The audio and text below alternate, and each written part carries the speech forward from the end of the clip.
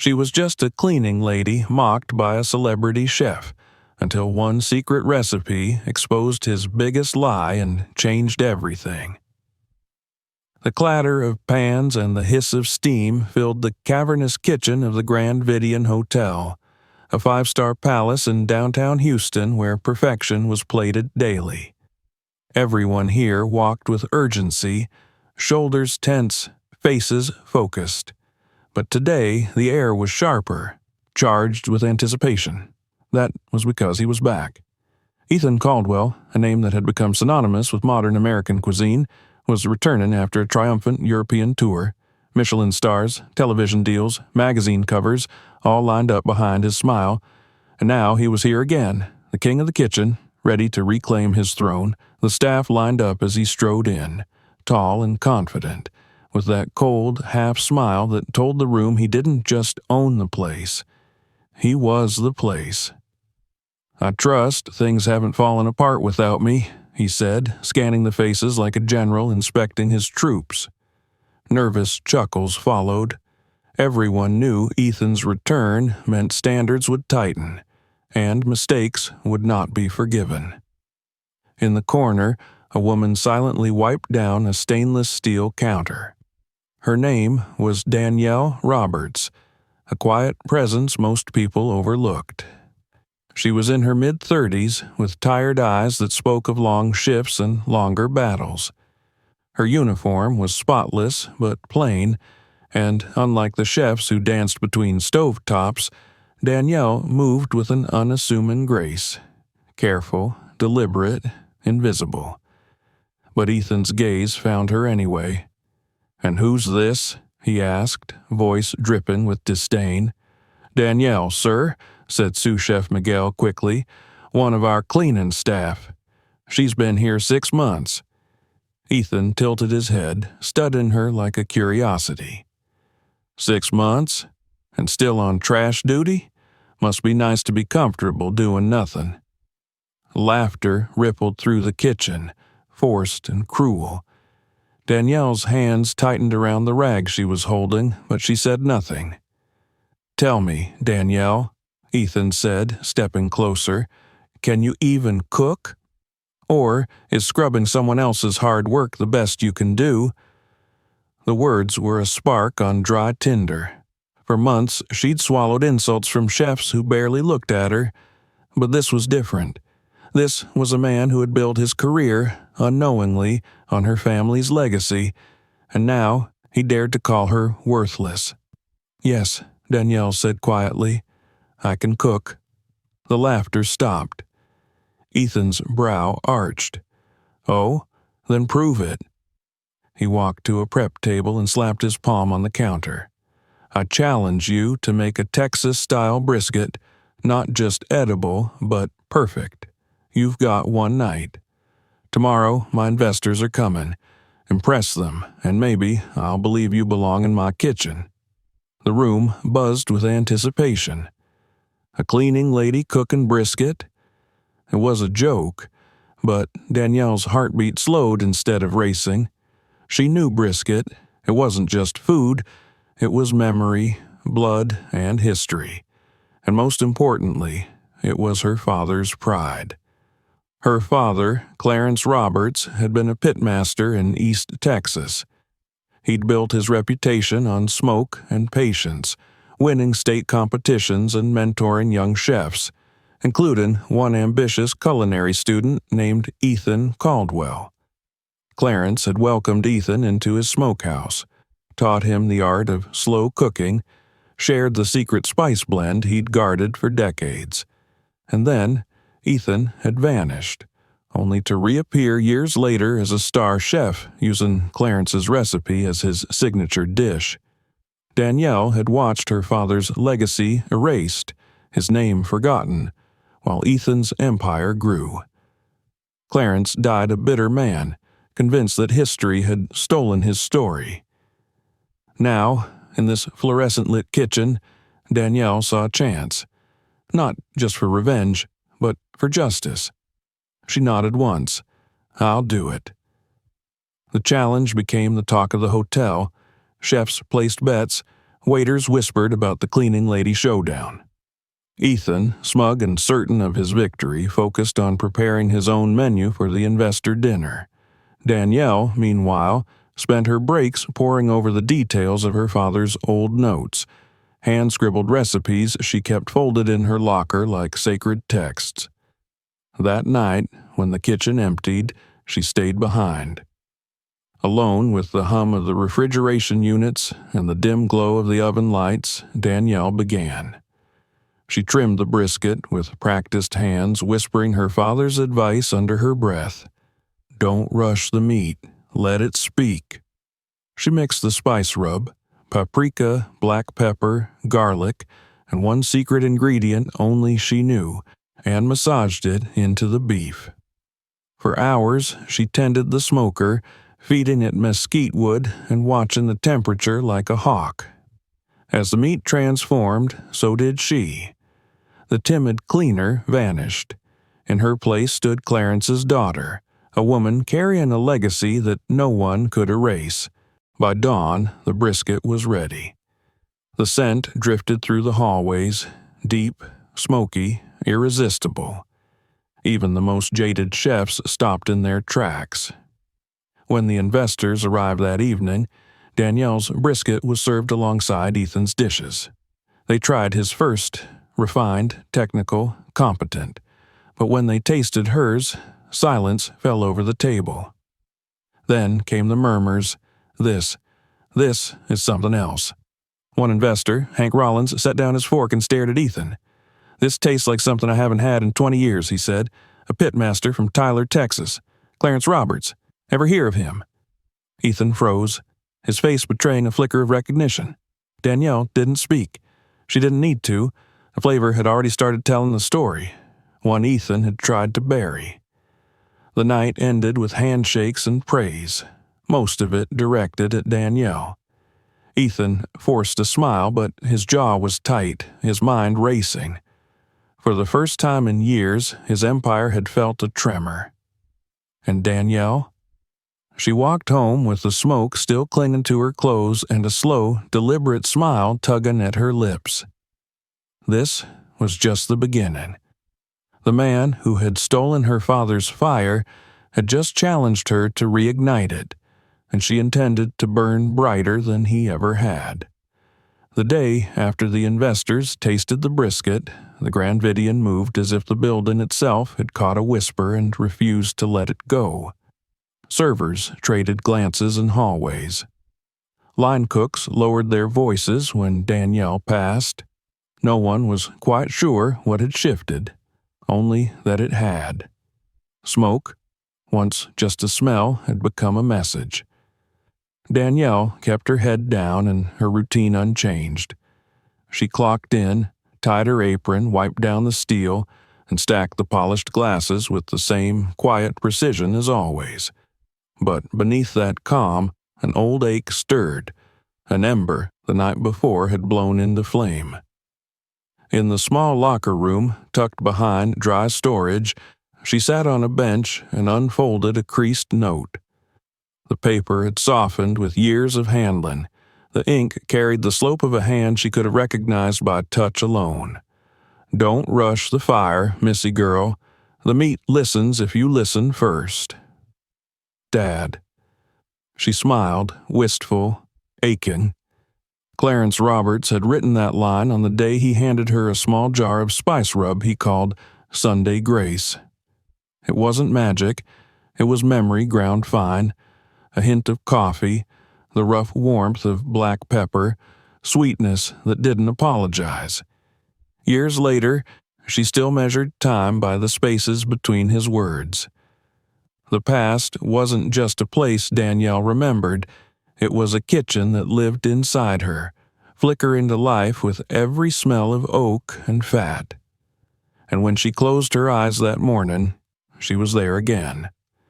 The smokehouse in East Texas had been a rectangle of tin and stubbornness, red paint flaking into the dirt, a hand-painted sign above the door, Roberts and daughter.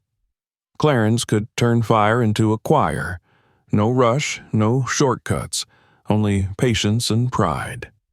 People drove for hours just to stand in line for paper plates and a nod from the man whose hands looked like they'd been carved from oak. One summer, a skinny kid in a too-clean chef coat walked through the door like he'd been dared by the sun. He carried a notebook and a heart that wanted something louder than learning. He wanted a stage. Ethan Caldwell. Polite, focused, good with yes sir and eye contact made to win. Clarence saw hunger, and, like always, he fed it. Fire first, Clarence had told him that first day. You can't season dishonesty out of a flame. Danielle had watched Ethan from a corner stool, legs swinging, chin propped on her fist. She saw the way he scribbled every word. She saw the way his eyes stayed on her father's hands, the way he tried to mimic the rhythm with a knife that looked too grown for him. And she saw the quiet in her father's face, a proud, careful, measured quiet he saved for students who might actually listen. Ethan listened. He learned. He ate at their table and said their home food tasted like a map you can follow. 3 months later, he left, all handshakes and promises. A year after that, he was on a local TV segment, building a brand on a brisket rub that tasted like Sunday Grace. 3 years after that, Clarence's smokehouse closed. The day the doors shuttered, Clarence stood in the yard with Danielle and stared at the dead pits like they were friends he should have called more often. He didn't curse Ethan by name. He didn't curse at all. He said only, "Some folks climb a ladder and forget whose shoulders held it steady." He died with his apron folded at the end of the bed, his fingers stained with pepper and fire, his name fading in a world that loved louder men. Back in the present, a timer beeped on the wall beyond the locker room. Danielle refolded the note, slipped it into her pocket, and stood. Ethan prowled the main kitchen as if the floor were a chessboard only he could see. When he passed Danielle at the dish station, his eyes narrowed, registering, noting the hush that followed him and the way, for the first time, some of that hush didn't belong to him. "Roberts," he said, as if the syllables tasted sour. "Enjoy your little moment yesterday." She met his gaze without shrinking. "I enjoyed cooking." "I didn't ask if you enjoyed defiance." His smile showed enamel, not warmth. "The investors came to see my kitchen, not a sideshow." "Then don't give them one," she said, and returned to her stack of plates. He lingered a beat too long, as if waiting for her to backtrack. She didn't. He moved on, but the air in his wake felt colder. By late morning, rumors moved faster than tickets. Word was one investor in particular had been struck quiet by the brisket, the kind of quiet that changes meetings. His name was Hank Rollins, a Texas oil-to-hospitality success story whose boots cost more than most men's suits and whose handshake doubled as a contract. He had the look of a person who believed in stories and the power of who tells them. Danielle knew him by reputation. She didn't plan to know him by anything else. But when the service elevator dinged and he stepped out near the loading dock, tipping his hat like he was arriving at a neighbor's porch, plans shifted. "Afternoon," he said. "Miss Roberts, is it?" She nodded. "Yes, sir. Smelled something yesterday, took me back to a place I didn't think I'd visit again." He studied her like smoke he was trying to read. "You got a minute?" He was direct, and something about the way he held his questions made Danielle trust the answers he might hear. She led him outside to the back dock where the hotel's battered barrel smoker leaned against a wall like an old dog in need of a kind word. "You cooked on that?" Hank asked, eyebrows jumping. "Yes, sir." "Then I already trust your patience." He smiled, then grew serious. "I ate brisket out in Tyler years ago. The man's name was Clarence Roberts. You kin?" "My father." "Thought so." Hank's voice gentled. "Yesterday tasted like his hands." For a second, the world blurred. Danielle steadied it with breath. "Thank you." You planning to do it again? He asked. Yes, she said. Tonight, one more. The right way, no crowd, no excuses. Then I'll be here, he said, with two friends who remember better than I do. Hank turned to go, then stopped. Miss Roberts. He hesitated, choosing the next words like tools. Truth don't need a stage to matter, but if it gets one, don't flinch. I don't, she said, not anymore. He tipped his hat and left. The moment the door swung shut behind him, Ethan appeared as if the hinges had summoned him. He didn't bother with small talk. Investors aren't toys, Roberts, he said. When they want something, they ask me. They asked me, she replied, because you inserted yourself. He stepped closer. Understand me clearly. There will be no repeat performance. She tilted her head. You sure you want to say that while you still smell like my father's recipe? The muscle in his jaw ticked. You have no idea who you're talking to. I do, she said, voice quiet. I watched him eat at my table. Color crept into his face. Anger, not shame. Go home on time tonight, he said, and stay there. Then he turned and walked away, a man trying to outrun smoke. Danielle didn't go home. When midnight thinned the kitchen to its bones, she wheeled the old smoker to the edge of the awning and fed it post oak she'd bought with tip money from bussing banquet glassware. She trimmed and rubbed a second brisket, steady hands, slow breaths, then eased it into the barrel like lowering a memory into place. Alone with the clock and the soft rush of air, she let the past finish its story. After the smokehouse closed, there had been talk of opportunities for Clarence, consulting with chefs who wanted authenticity on their menus like a garnish. He always shook his head. You don't rent out your grandmother's hymn, baby, he told her. Not for money, not for applause. Ethan's meteoric climb hit magazines the same month their landlord raised rent on the shuttered lot. Danielle kept the jar of Sunday Grace in a shoebox under her bed for years, taking it out only on her father's birthday to smell, not cook. Grief is a fast that ends slowly. Now, with the smoker at 225 degrees Fahrenheit and the vents whispering obedience, she checked the clock. 2:17 a.m. She mopped the meat, logged the temps in a kitchen notebook she'd bought at a drugstore, scrawling notes like prayers. At 7:05 a.m., as the first wave of breakfast staff clocked in, the back dock carried the soft blue plume of right-cooked oak. Hank arrived with two men, one older, with hands that had known rope and wrench, one younger, with a laugh that looked hard-earned. The older man stuck out his hand. Willis Green, ate your daddy's barbecue every Sunday that God permitted. The younger nodded. Marcus Price. He taught my uncle how to build a fire with wet wood. Danielle's smile was small but real. Thank you for coming. She sliced. The bark shattered just enough. The smoke ring ran a clean ribbon of pink. Hank tasted first, eyes closing before his head tilted back like he'd just caught a hymn in the rafters. Clarence, he whispered. It's him. Willis wiped his eye with the back of his wrist. That man could fix a sad week with a paper plate, he said. And this is his fixin'.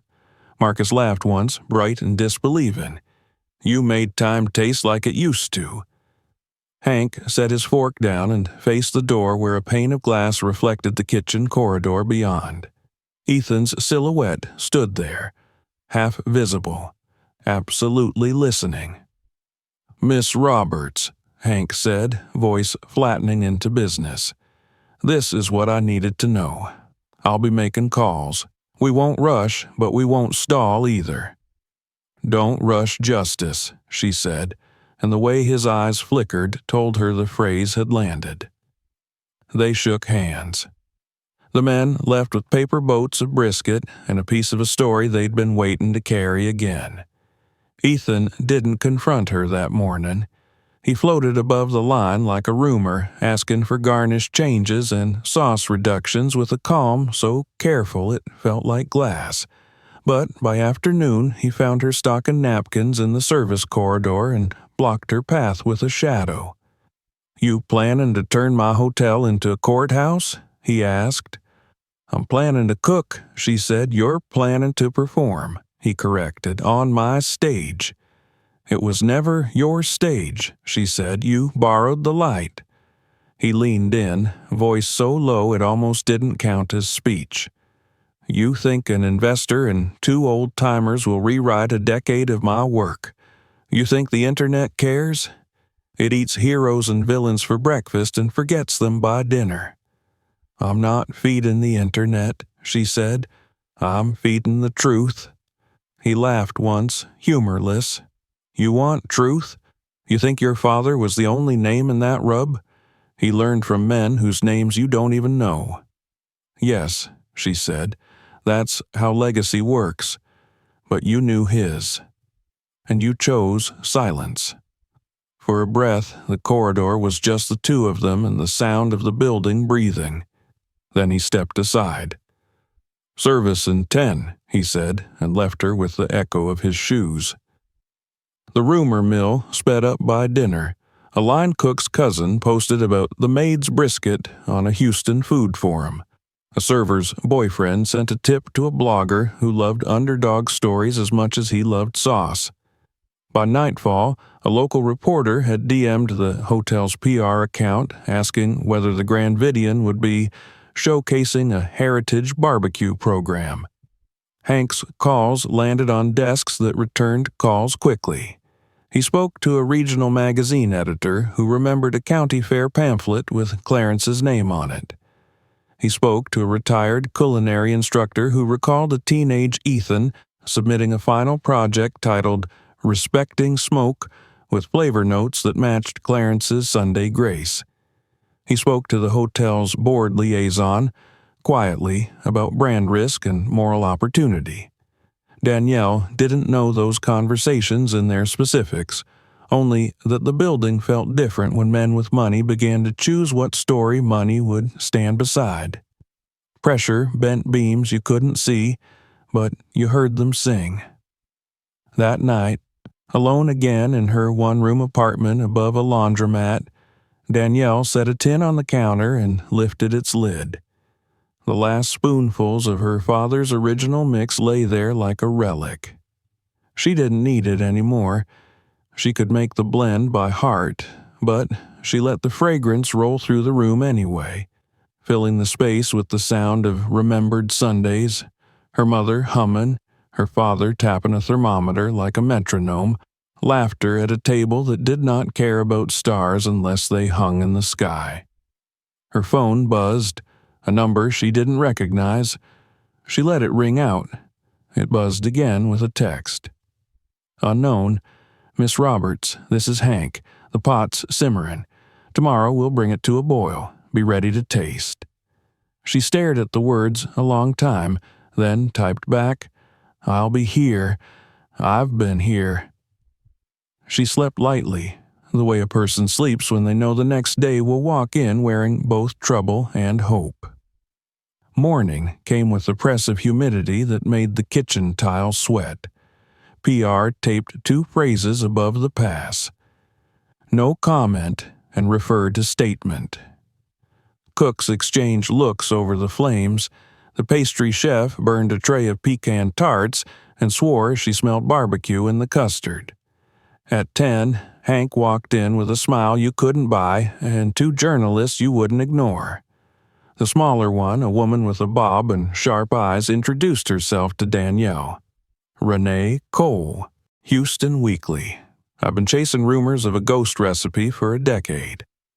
Danielle glanced toward the glass corridor where Ethan hovered. "Ghosts don't cook," she said. "People do. My father did." Renee's pen paused. Her eyes softened. "May we talk?" "In the back," Danielle said. "But I'll say it plain. I'm not here to ruin a man. I'm here to raise a name." They stood by the smoker that had become their confessional. Renee listened with a reporter's hunger and a daughter's patience. Danielle gave her facts, not flourishes, dates, locations, the summer Ethan learned at Robertson daughter, the rub's core, the phrases Clarence said like commandments. She offered no numbers she couldn't prove, no claims she couldn't hold. Evidence? Renee asked. Flavor, Danielle said, and witnesses, and a notebook I hope still exists. Hank, who had been quiet, cleared his throat. We're looking for it, he said. Sometimes truth hides in a drawer out of habit. Renee capped her pen. If you find it, the city will hear it. She turned to go, then glanced back. Whether or not you do, the city already smells it. Ethan made his move at lunch. He called a staff meeting in the upstairs conference room, invited none of the people who scrubbed floors, and delivered a speech about professionalism. How rumor was a disease. How the kitchen was a singular voice. How rogue behavior undermined excellence. Miguel, the sous chef, raised a tentative hand. Chef, some of us tasted what you tasted was an outlier, Ethan snapped. We are not a roadside joint. We are the Grand Vidian. And yet, Miguel said carefully, eyes flicking toward the window, some roads lead home. The room exhaled. Ethan dismissed them with a look that made apologies feel expensive. Downstairs, Danielle polished a stack of spoons until her shoulder ached. She wasn't waiting for permission. She was waiting for heat to meet truth. She checked the time. Almost there. Her phone buzzed again. A new message, 3 words that made her sit down on the nearest crate. Found the notebook. She stared at the screen until the words steadied into meaning. Then she stood, squared her shoulders, and headed for the back dock. The air felt like a threshold. That afternoon, Hank's simmer reached a boil. Calls turned into calendar holds. A taste-in became a press peak. The hotel's PR drafted 2 statements and chose the one that sounded most like future tense. And somewhere in dry storage, under a collapsed box of banquet votive candles, a small spiral-bound notebook waited to be carried into the light. Rumors didn't just circle now, they pointed. Staff gathered in clumps, their questions unasked because some answers preferred to arrive in person. Ethan stalked the line with a focus that looked like fury disciplined into posture. Danielle measured out rub in a steel bowl and thought of her father's voice. Don't rush the fire. Never rush justice. By evening, even the elevators smelled faintly of oak. Guests asked about the brisket from yesterday, as if ordering a memory. The concierge smiled with weaponized warmth and promised a special menu coming soon. A security camera caught a scene it would never understand. Danielle, at the loading dock, watching the door, chest rising and falling as if a tide lived inside her. Hank stepping through with the notebook in his hand like a verdict. Ethan appearing in the corridor, close enough to see, too far to stop. Hank held the notebook out. Looks like a summer in Houston, he said, and a boy who wrote more than he remembered to say. Danielle took it, fingers shaken only after they closed around the cardboard cover. She lifted the first page. In a neat, eager hand, Day 1, Fire Management, Post Oak and Vents. Clarence Roberts says fire tells you who you are if you let it. She didn't flip past the line. She didn't need to. Not yet. The words were a match. Tomorrow would be the flame. Outside, the sun bled out behind the skyline and left the city humming. In the place where heat meets patience, Danielle stood quietly and felt the past line up with the present like bones set back into socket. Pressure had done its work. Now came pain. After that, healing. After that, hunger again. The right kind. She closed the notebook and slid it under her arm. When she lifted her head, Ethan's reflection watched from the glass. Tomorrow, she said, not to him, not to Hank, but to the air that carried smoke and truth the same way, forward. Morning broke humid and heavy, pressing against the glass of the Grand Vidian like a hand. Danielle stood at the service entrance with the spiral notebook tucked under her arm and the feeling that the day had already started before she woke up. Hank arrived early, hat tipped low, eyes bright the way they get when a man sees a road he's been waiting to take. "Renee's lining up cameras for the preview," he said without preamble.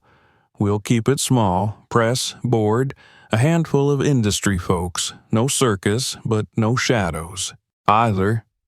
Danielle nodded. "I'm not afraid of light." "Good," he said, "because light's coming." He glanced at the notebook. "Anything in there we can't argue with?" She opened to the first page again, letting him read the date, the initials, the first clean line in Ethan's young hand. They turned 2 more pages. Rub, equal parts coarse salt and black pepper, paprika for warmth, hint of coffee, brown sugar to balance. CR says patience sweetens the bark. They reached a dog-eared corner with a sketch of a smoke ring cross-section, labeled like a school diagram. Hank exhaled through his nose. He didn't steal a taste. He apprenticed a method and forgot to return the thank you. "Forgot," Danielle said, tasting the word, or chose not to remember. They closed the notebook. Hank's phone buzzed. He checked the screen and looked up, something like surprise crossing his face. "Renee found your father's banker," he said. "Says Clarence kept a safe deposit box at a branch over on East Street. Account's still active with a next of kin note in your name. You ever hear that?" Danielle blinked. "No." Hank's voice softened. "If there's anything in there, it's his. And now it's yours." They drove across town with the notebook on Danielle's lap like a passenger. The bank's lobby smelled of wax and old paper. A clerk, with kind hands and a cautious smile, led them to a small room and slid a narrow metal box onto the table. "Take your time," she said, and closed the door. Danielle lifted the lid, breath catching as she saw the contents. Folded deeds and permits, a brittle fair pamphlet with Roberts and daughter circled in red, recipe cards written in Clarence's patient script. At the bottom lay a mini DV tape labeled in black marker. "Ethan C., July 14th. Another card lay beneath it, a note in her father's hand. "If the world forgets, this will remind it. Truth is stubborn." Her throat tightened. She held the tape like something alive. Hank whistled low. "We'll need a player." The bank's archive room produced one, dusty but functional. The screen flickered, then steadied into the smokehouse kitchen Danielle had carried in her head for years. Corrugated walls, a thermometer clipped to a nail, sunlight slanting over dust. Her father stood at the cutting block, younger but unmistakable, the camera close enough to see the smile lines at his eyes. Beside him, thin and earnest, was Ethan. Teenage jaw, notebook open, the look of a boy trying to memorize not just steps, but a man. Clarence spoke to the lens the way he spoke to students, plain, generous, exact. "Fire first," he said, tapping the smoker. "Don't dress up a cold flame. You respect the heat, it'll respect the meat." He showed the rub mix, said each ingredient, then added the line he always saved for last. "Remember who lit it for you." Young Ethan repeated it back, half to the room and half to the tape. "Remember who lit it for you." They watched in silence until the screen went blue. When Danielle looked up, her eyes were wet but steady. "We're done waiting." Hank nodded once. "We'll roll this at the preview." Back at the hotel, PR rearranged the small ballroom into a neat theater. 2 rows of chairs, a low stage, a screen, and just enough floral to pretend this was part of a plan. Staff buzzed like they were learning a new choreography mid-performance. Ethan walked the perimeter, calm to the point of brittle, greeting board members with a smile that did a convincing impression of ease. Renee met Danielle backstage. "We have 10 minutes of tape," she said softly. "We'll run one, the moment with the line."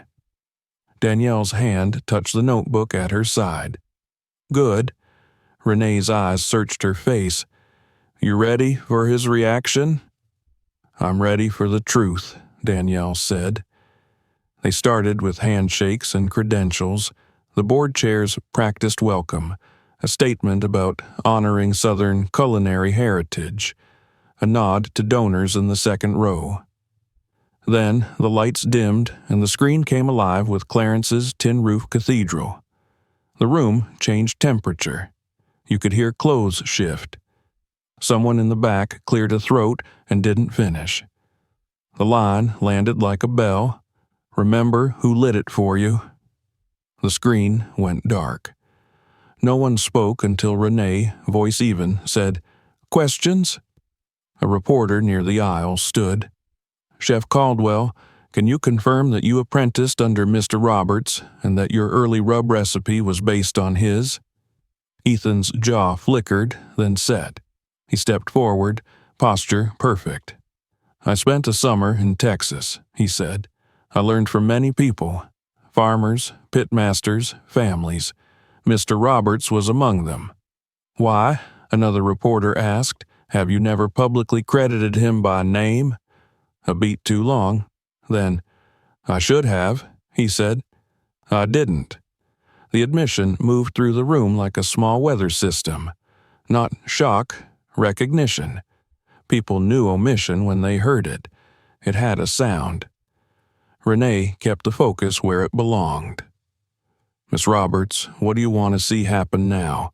Danielle stepped to the mic, the notebook in her hand but not held up like evidence. She didn't need to wave anything. It would wave itself. "I want my father's name to be said," she said, "on menus, in credits, in stories. I want this city to remember who taught it to taste smoke. And I want young cooks who look like me and grew up where I did to know the door opens for them too." Hank didn't wait for permission. "Which is why," he said, turning to the board, to the press, to the camera hanging from its crane like a curious bird, "we're starting the Clarence Roberts Fellowship, seated today, funded annually. Scholarships, mentorships, and a working kitchen lab in his name. Chef Caldwell has agreed to underwrite the launch from his brand." Heads swiveled to Ethan. Cameras clicked.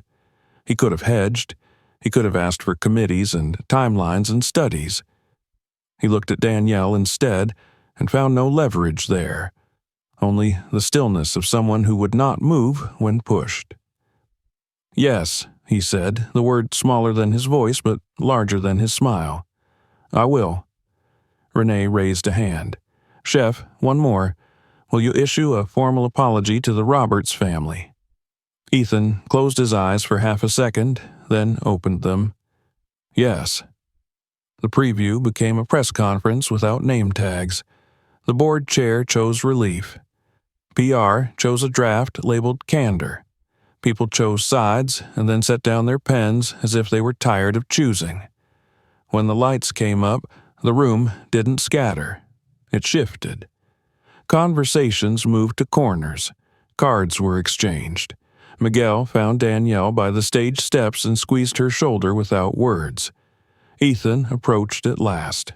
The precision drained out of his posture.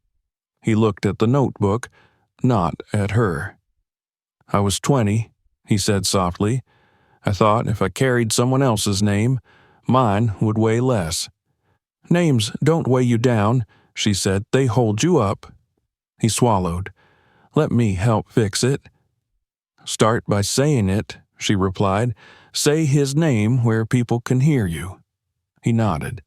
"Tonight, at service." Then, as if he hadn't meant to say it out loud, "and again after."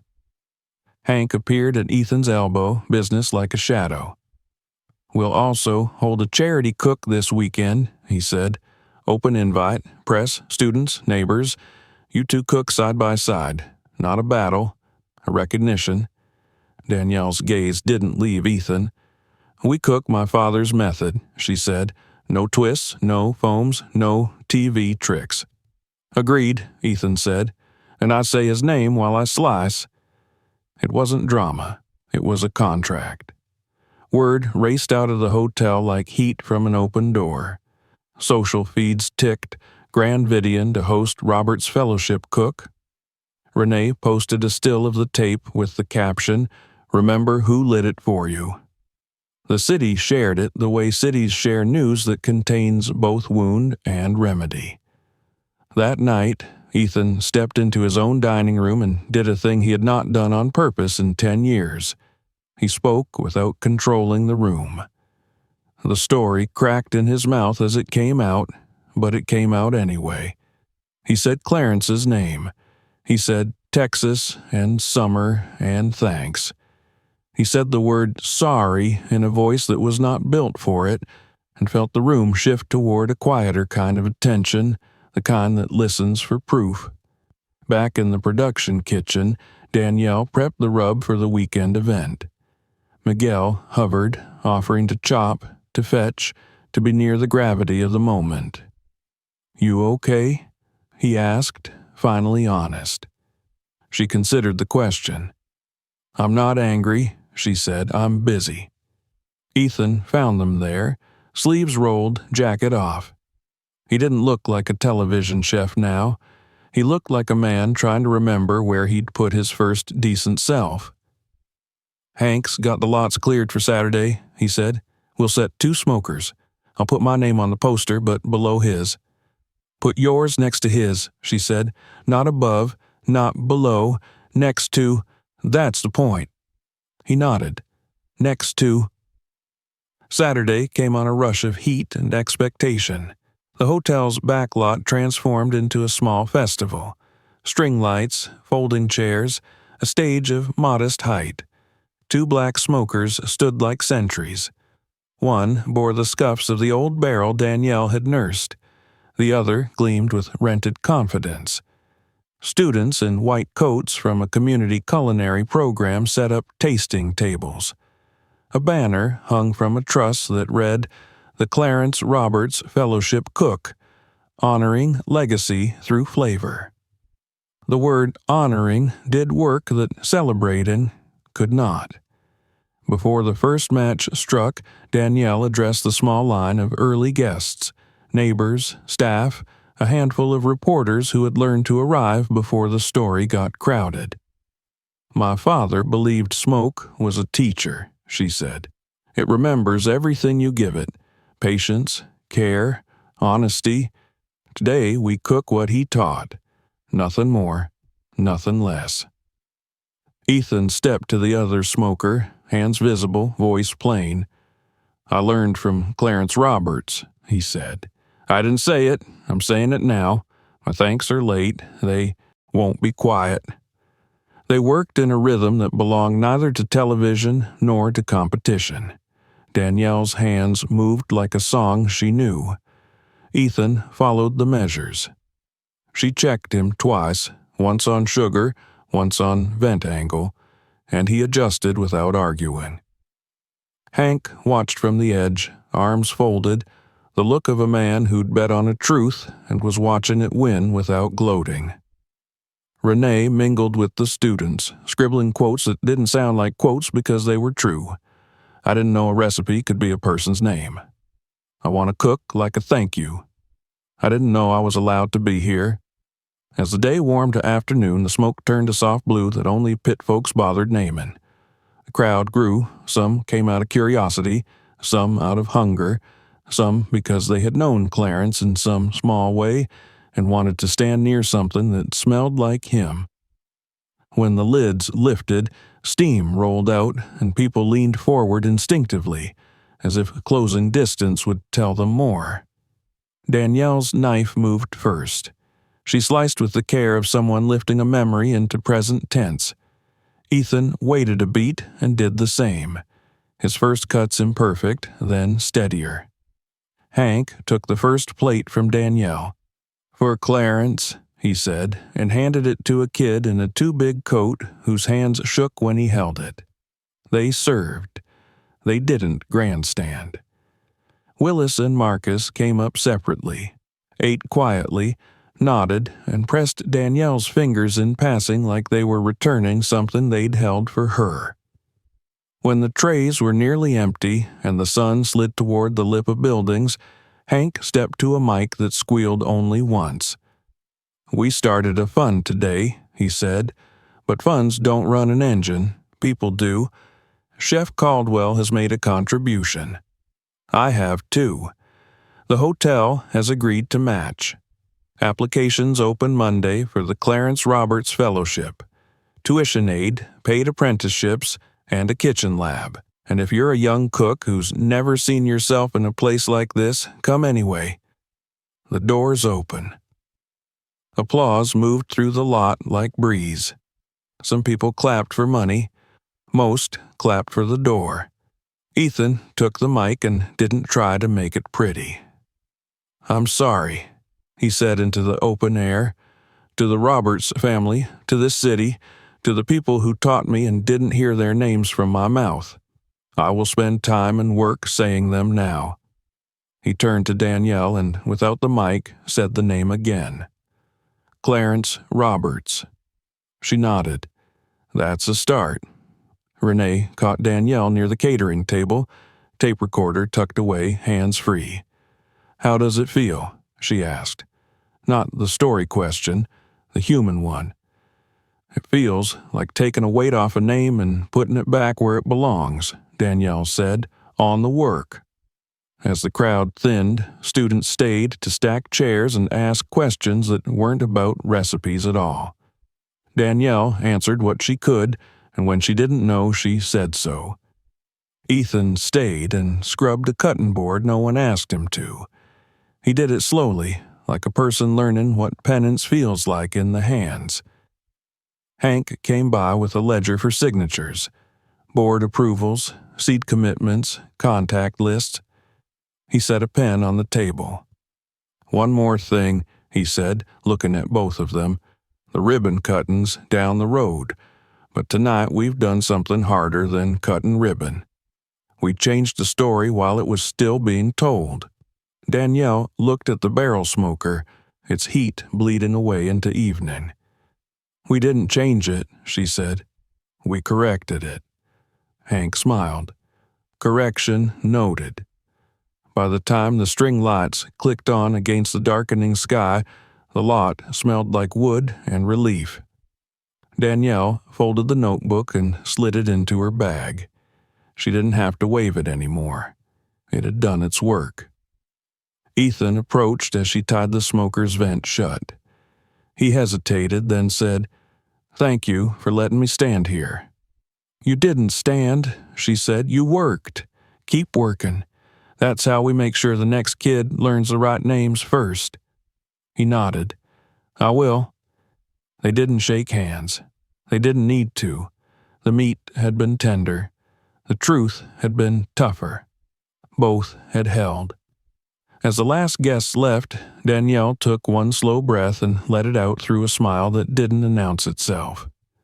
Tomorrow would bring paperwork and pushback, phone calls, and the endless grind of turning promises into programs. But tonight, the city had watched a man say another man's name, and a daughter say her father's again. The light hadn't broken her. It had clarified her. She looked up at the haze of smoke drifting above the hotel, thin and blue, and felt it. Not victory exactly, but alignment. The story had moved into the place it should have been living. And now, finally, the work could begin. The Houston sun was just beginning to rise, painting the city in soft orange when Danielle stepped out of the subway and walked toward the old food truck parked on a quiet corner of Midtown. The letters were still half faded, but she traced them with her fingertips as if they were carved into something much older than metal. Firehouse Faith BBQ. It wasn't much yet, just a second-hand truck with a dented smoker and a borrowed fryer. But it was hers, and more importantly, it was built on her father's name, not someone else's. The events of the fellowship cook had changed everything. Clarence's story, once buried under someone else's success, had become a rallying cry. Videos of the press conference and Ethan's public apology were everywhere, not because people loved scandal, but because they loved justice. Food blogs wrote about the woman who brought smoke back to its source. Local news ran features about Clarence Roberts' legacy, and people started lining up for her barbecue. Every day, Danielle opened the truck at dawn and worked until her hands ached. She served brisket and ribs cooked low and slow, using the exact techniques her father had taught her. No shortcuts, no gimmicks. She told customers about him when they asked about the flavors. She smiled every time someone said they hadn't tasted anything like this in decades. And when young culinary students stopped by, asking if she could teach them, she saw the future Clarence had always dreamed of. Meanwhile, the Clarence Roberts Fellowship was taking shape faster than anyone expected.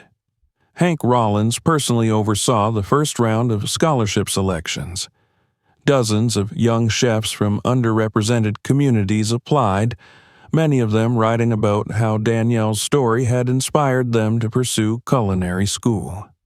"It's not just a scholarship," Hank said during one of their planning meetings. "It's a door that was locked for too long. Now it's open, and we're going to keep it that way." Ethan, for his part, was different. Gone was the self-proclaimed king of the kitchen who never looked anyone in the eye. He resigned from his position as executive chef at the Grand Vidian, a move that shocked the culinary world.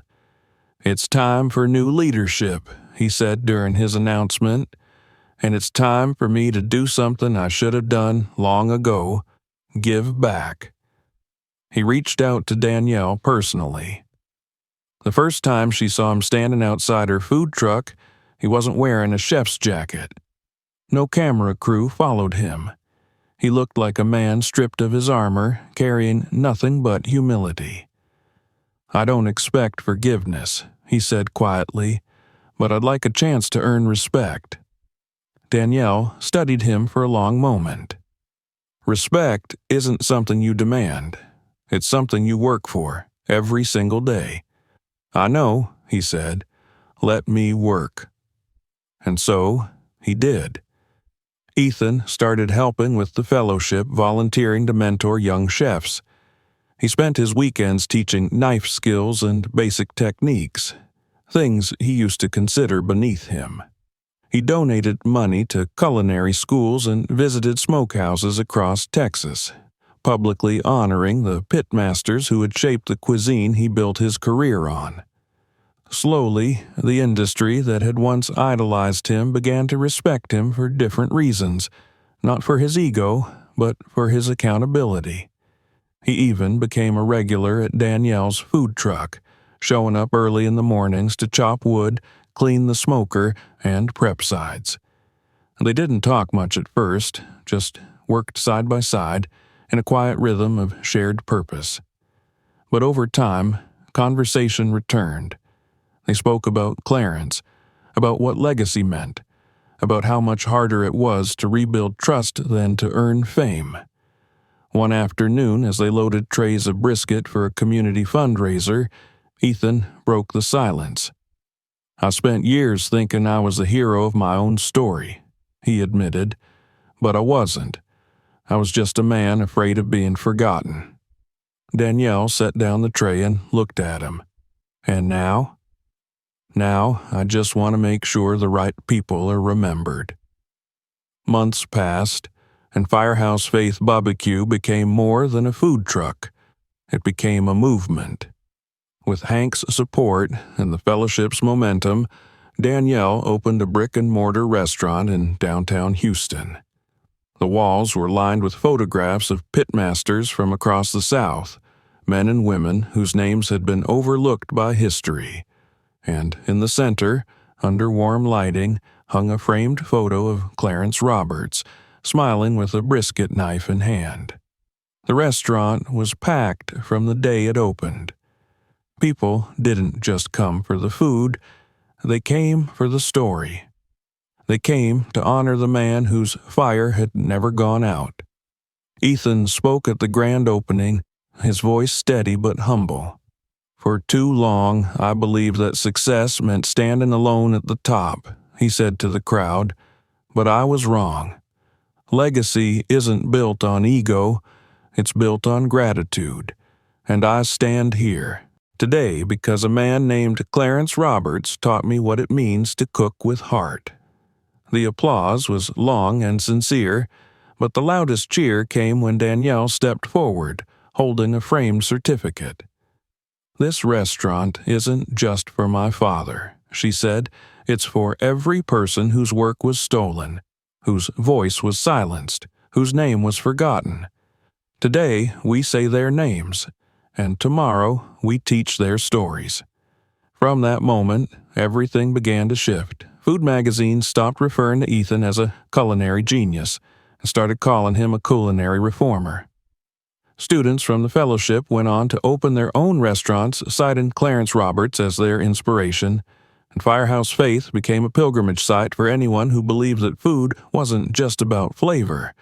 It was about memory, justice, and respect.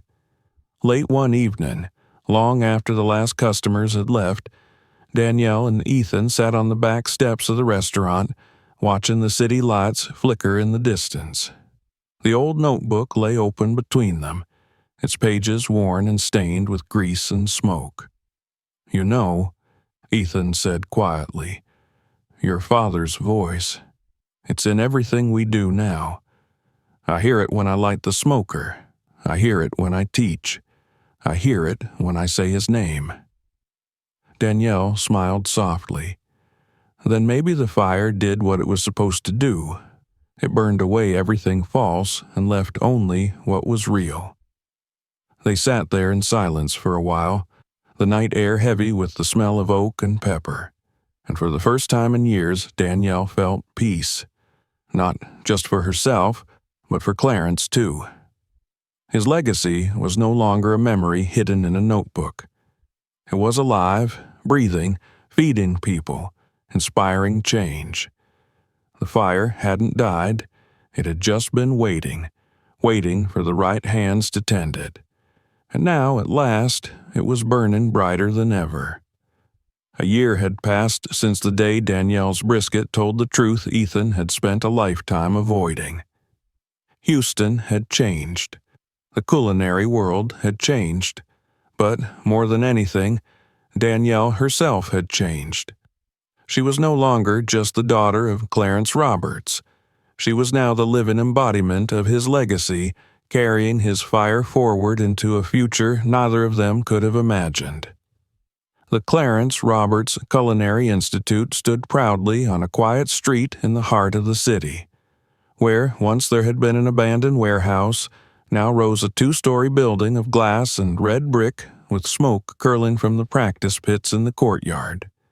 Students came from all over the country to learn there, not just about barbecue, but about the history, the culture, and the stories behind every dish they made. And carved into the archway above the entrance were the words that Clarence had spoken so many years ago. "Remember who lit the fire." Inside, the halls buzzed with energy.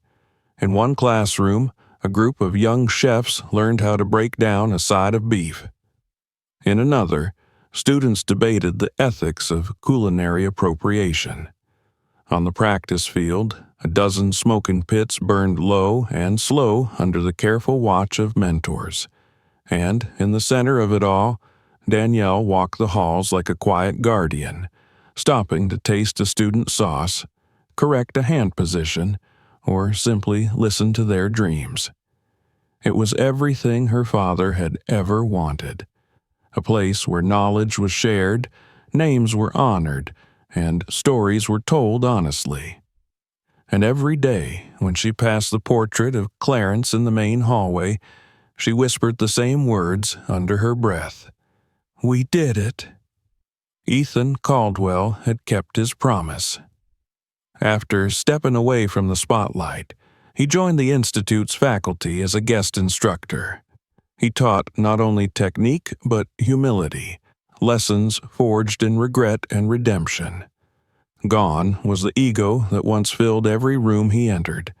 Now he was simply Chef Ethan, a man who chopped wood for the smokers, arrived early to prep with the students, and spoke openly about his mistakes.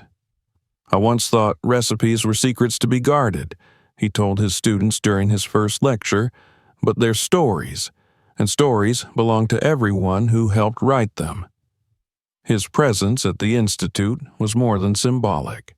It was proof that people could change, that even the most stubborn pride could give way to accountability. And over time, students stopped seeing him as the man who had stolen a legacy. They saw him as the man who had learned how to carry one with respect. One spring afternoon, the courtyard was filled with people. Students in white jackets, reporters with cameras, families clutching bouquets. It was the day of the first ever graduation ceremony of the Clarence Roberts Culinary Institute. Danielle stood at the podium as the crowd quieted, her heart swelling with pride as she looked at the rows of young chefs before her,